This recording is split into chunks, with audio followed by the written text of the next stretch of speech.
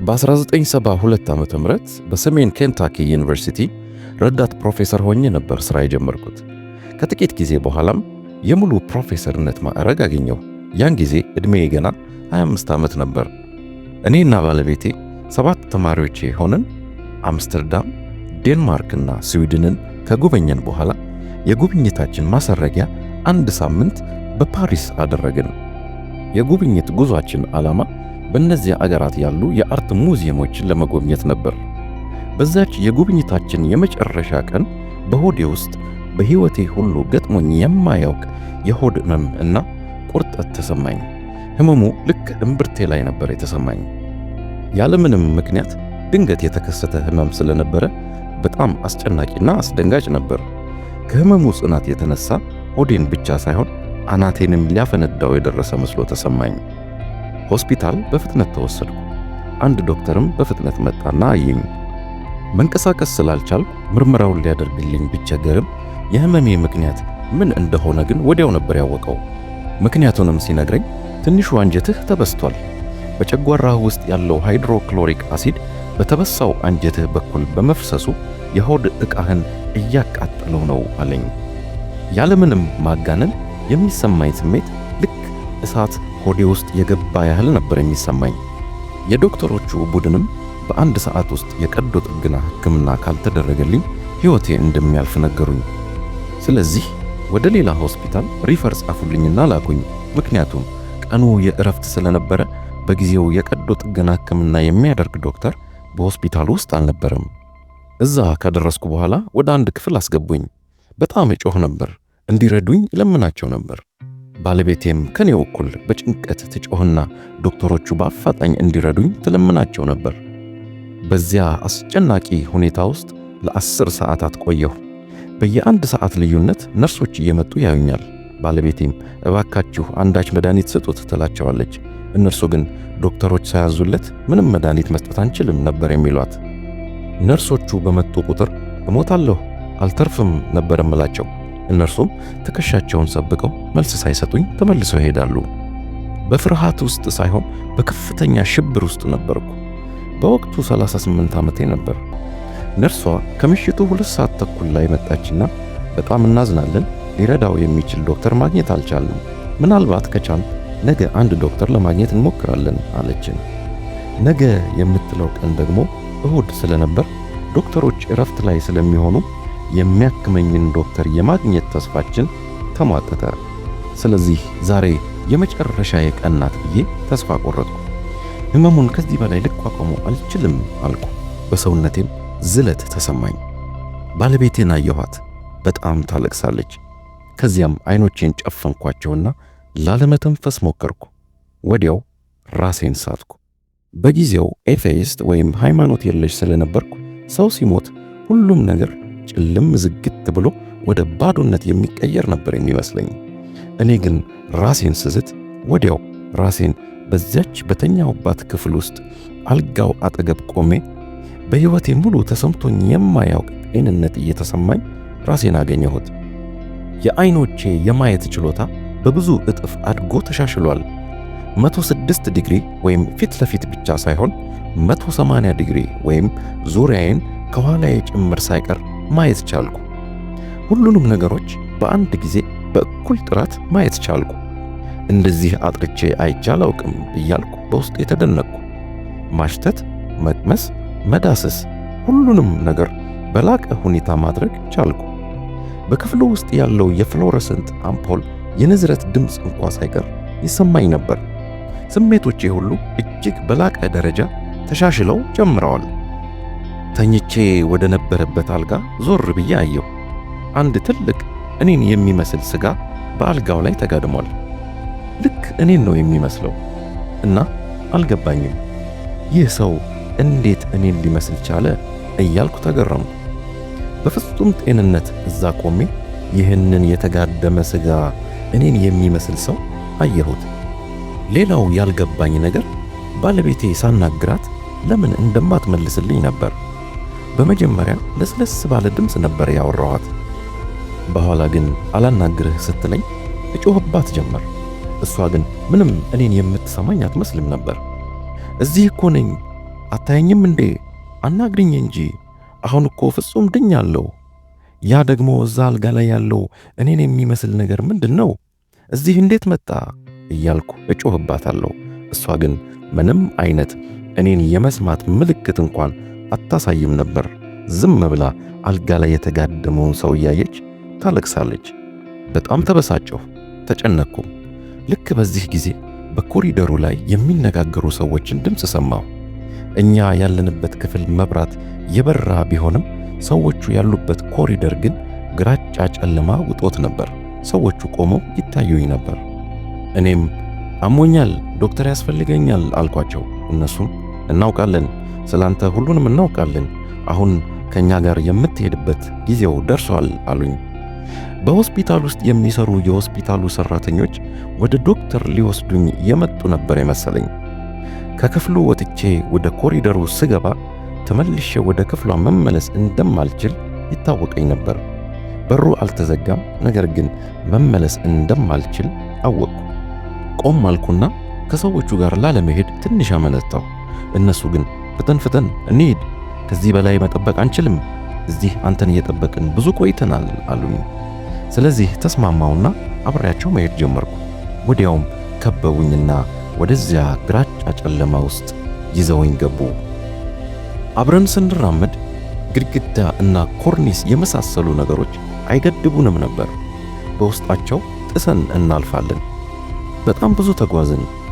ከዛም ሆስፒታሉ ይህን ያህል ትልቅ አይደለም ብዬ አሰብኩ። ምክንያቱም ብዙ ኪሎ ሜትሮች ነበር የተጓዝነው። ደረጃዎቹ የታሉ? ክፍሎቹ የታሉ? እያልኩ አስብ ነበር። ነገር ግን ምንም ነገር የለም። የከበቡኝን ሰዎች ይህ ሆስፒታሉ አይደለም፣ ይህ ትክክል አይደለም፣ የት ነው ያለነው ብዬ ጠየኳቸው። ምላሻቸው ግን አፍን ዝጋ የሚል ነበር። ዝም ብለህ ቀጥል አሉኝና ይደበድቡኝ ጀመር። ትደርሳለህ፣ ታየዋለህ አሉኝ። በዙሪያችን ብዙ ሰዎች ነበሩ። ምናልባት በመቶዎች የሚቆጠሩ ሰዎች ነበሩ። በጣም አስፈሪ ሰዎች ነበሩ። ከዚያ ወደ ድቅድቅ ጨለማ ውስጥ ገባን። ወደፊት ወደ ኋላ የሚባለው አቅጣጫ እስከሚጠፋብኝ ድረስ ጨለማው ድቅድቅ ነበር። ላመልጣቸው ፈለግኩ። ገና ብዙ ይቀርሃል፣ ቀጥል እያሉ ይገፉኝ ነበር። ራሴን ለመከላከል ታገልኳቸው። በኃይል ይደበድቡኝ ብቻ ሳይሆን ይነክሱኝና ይባጭሩኝ ጀመር። ሰውነቴን ሰነጣጠቁት። ይህን ሁሉ ሲያደርጉብኝ ይስቁና ይደሰቱ ነበር። በዚህ ጊዜ ከልጅነቴ ጀምሮ የነበረኝ ሕይወት በዐይነ ሕሊናዬ ከመቅጽበት ይታየኝ ጀመር።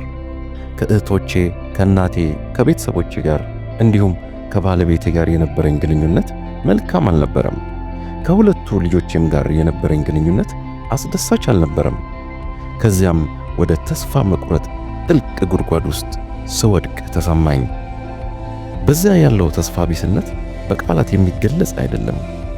በልጅነቴ በሰንበት ትምህርት ቤት ኢየሱስ ይወደኛል የሚለውን መዝሙር ስንዘምር ትዝ አለኝ። ስለ ኢየሱስ ያለኝ ዕውቀት አንድ ጀግና ጦረኛ እንደሆነ እንጂ ከዚያ ያለፈ አልነበረም። ስለ ኢየሱስ ያለኝ ዕውቀት ከዚያ ያለፈ አልነበረም። ከፍተኛ ጭንቀት ስለተሰማኝ ድምፄን ከፍ አድርጌ የኢየሱስን ስም ጠራሁት። ልክ ስጠራው በድቅድቁ ጨለማ ውስጥ ትንሽዬ ኮከብ ታየችኝ። በፍጥነትም ኮከቧ እየተለቀች እያበራች መጣች። አየሁ፣ ኮከብ ሳትሆን ኢየሱስ ነበር። ድምፅ ሳያሰማ አፉን ሳያንቀሳቀስ በሐሳቡ ብቻ አናገረኝ። ድምፅ ግን ነበረው። ኢየሱስ እንደሆነ አወቅኩት። አንዳንድ ሰዎችን ላስተዋውቅህ እፈልጋለሁ አለኝ። ሕይወትህን በሙሉ ሪከርድ አድርገውታል፣ ሕይወትህን በሙሉ ያሳዩሃል አለኝ። እነዚያም ሰዎች መላእክት ይመስሉኛል። ከተወለድኩበት ጊዜ አንስቶ እስከ አሁኗ ዕድሜ ድረስ ያለውን ሕይወቴን በሙሉ በቅደም ተከተል አንድም ሳትቀር አሳዩኝ። የሕይወቴን ታሪክ እንደ ፊልም አየሁት።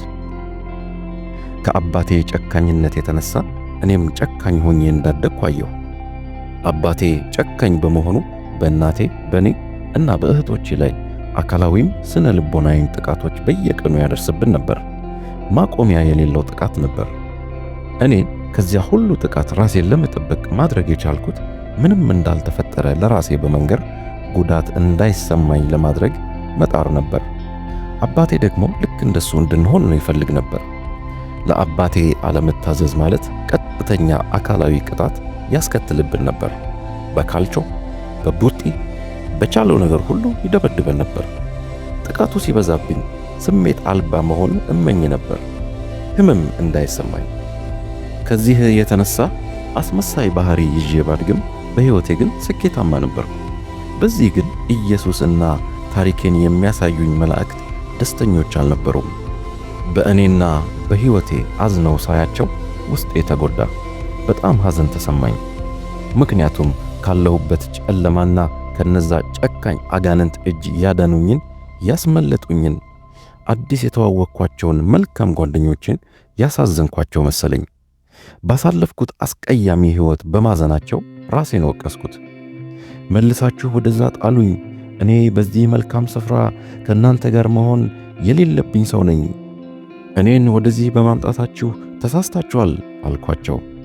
ኢየሱስ ግን መልሶ እኛ ስህተት አንሰራም፣ አንተ ስፍራህ እዚህ ነው አለኝ። የምትጠይቀኝ ጥያቄ አለህ አለኝ። እኔም ሚሊዮን ጥያቄዎች አሉኝ አልኩት። እሱም ማወቅ የምትፈልገው ምንድን ነው አለኝ። ለማወቅ የፈለግኩትን ሁሉ ጠየቅኩት። የጥያቄዎችን ብዛትና የሰጠኝን መልሶቻቸውን ለማብራራት በርካታ ዓመታት የሚፈጅ ይመስለኛል። ጌታ ግን ስለ ሁሉም ነገር አዲስን መረዳት ሰጠኝ። እኔም ድንቅ ነው አልኩ። ከዚያም አሁን ሁሉም ነገር ገብቶኛል፣ ወደ መንግሥተ ሰማያት መግባት እፈልጋለሁ አልኩት። እሱ ግን አይሆንም፣ ወደ መንግሥተ ሰማያት የምትገባበት ጊዜው አሁን አይደለም አለኝ። ምን አደርግ ዘንድ ትወዳለህ አልኩት። እሱም አብረውህ ያሉትን ሰዎች ሁሉ እንድትወዳቸው እፈልጋለሁ አለኝ። እኔም እሺ፣ ግን ከዚያስ በኋላ ምን እንዳደርግ ትፈልጋለህ ብዬ ጠየቅኩት። ጌታም ያንን ብቻ እንድታደርግ ነው የምፈልገው አለኝ። እኔም መለስኩና ያንን ማድረጌ ምን ጥቅም አለው ብዬ ጠየቅኩት። እሱም ሰውን መውደድህ ዓለምን ይለውጣታል፣ ይቀይራታል አለኝ። እኔ ግን ስላልገባኝ ሰውን መውደዴ ዓለምን የሚለውጣት አይመስለኝም። ዓለምን ብታውቃት እኮ አስቸጋሪና ጨካኝ ዓለም ናት። ሰዎችን በወዳቸውም እንኳ በሌላ ስፍራ ግን ክፋትን የሚያደርጉብኝ ብዙ ሰዎች አሉ አልኩት። ጌታም አንተ ሰዎችን ውደድ፣ ሰዎችም ያንን ፍቅር ወደ ዓለም ያደርሱታል አለኝ። አሁንም መቃወሜን ቀጠልኩና ይህ ነገር የሚሠራ አይመስለኝም አልኩት። ኢየሱስ ግን የእግዚአብሔር ሐሳብና ዕቅድ ይህ ነው፣ ይሠራል አለኝ። ይህን ሲለኝ ግን መልስ ልሰጠው አልቻልኩም። ያዘዘኝን ተቀበልኩ። እሺ ተመልሼ እሄዳለሁ አልኩት። በዚያች ቅጽበት ሆስፒታል ውስጥ ወደ ተጋደመው በድን ወደ ሆነው አካሌ መጥቼ ገባሁ። አልጋ ላይ ሆኜ ነቃሁ። መተንፈስ ጀመርኩ። በዚያ የነበረችው ነርስ ዶክተሩ መጥቷል፣ ለቀዶ ሕክምናው አሁን እናዘጋጅህ ስትል ሰማሁት። በሕይወቴ የተፈጠረው ነገር እጅግ አስፈላጊ እንደሆነ ተረዳሁ። ምክንያቱም የሕይወት ትክክለኛው ትርጉምና ዓላማ በራልኝ። ሰዓታት የፈጀ የቀዶ ጥገና ሕክምና ከተደረገልኝ በኋላ ከፍተኛ ድካም ይሰማኝ ነበር። በማግስቱ ከጠዋት ጀምሮ ያሳስበኝ የነበረው ጉዳይ ግን ሞቼ በነበረ ሰዓት ያየሁትን ሁሉ ለባለቤቴ እንዴት አድርጌ ነው የምነግራት የሚለው ነበር። እናም ምን ማለት እንዳለብኝ ስላልገባኝ ፍቅር ብቻ ነው አልኳት። እሷም እወድሃለሁ አለችኝ። እንደምትወጂኝ ያውቃለሁ፣ ነገር ግን ሁሉም ነገር ፍቅር ነው አልኳት። ባለቤቴም ስለ ምንድን ነው የምታወራው አለችኝ። እኔም የፍቅር ውቅያኖስ ነው፣ አንቺ ማድረግ የሚጠበቅብሽ ወደዚያ የፍቅር ውቅያኖስ ሄደሽ በመግባት የዚያ ፍቅር አካልና ተካፋይ መሆን ነው አልኳት። እሷም እሺ ማሬ፣ ትንሽ ማረፍ ይኖርብሃል፣ እረፍት ማድረግ አለብህ አለችኝ። እኔ ለማድረግ የሞከርኩት የእግዚአብሔርን ጥበብ ባጭሩ ላስረዳት ነው። እሷ ግን የምታወራው ነገር ትርጉም የለውም፣ እየዘባረቅ ነው ትለኝ ነበር። ከዚያ ቀን ጀምሮ ላገኘሁት ሰው ሁሉ ስለ እግዚአብሔር መንግሥት፣ ስለ መንግሥተ ሰማያትና ስለ ሲኦል መናገር ጀመርኩ። የገጠመኝን ያየሁትን ሁሉ ማውራት ጀመርኩ። የሚገርማችሁ ግን አንድም ሰው ሊሰማኝ አባቴ ይፈልግ የነበረው እንድንወደው ቢሆንም ያንን ግን በአግባቡ ማድረግ ነበር የተሳነው። ከአባቴ ጋር በይቅርታ ታርቀን መኖር ስንጀምር ግን እህቶቼና እናቴ ጥያቄ ተፈጠረባቸው። ድሮ ከአባታችን ጋር ጠላቶች ነበራችሁ፣ አሁን ምን ተገኘ አሉኝ። እኔም መልሴ አባቴ ነው የሚል ነበር። አየህ፣ ሰዎች ጌታ ኢየሱስ ክርስቶስን ሲያገኙና ሲቀበሉ የዘላለም ሕይወት ብቻ ሳይሆን የሚያገኙት የእግዚአብሔር ጸጋ ኃይል ስለሚበዛላቸው ከራሳቸው አልፎ ለሌሎች የሚትረፈረፍ ተስፋ፣ ፍቅር፣ ሰላምና እርካታን ያገኛሉ። ተባረኩ።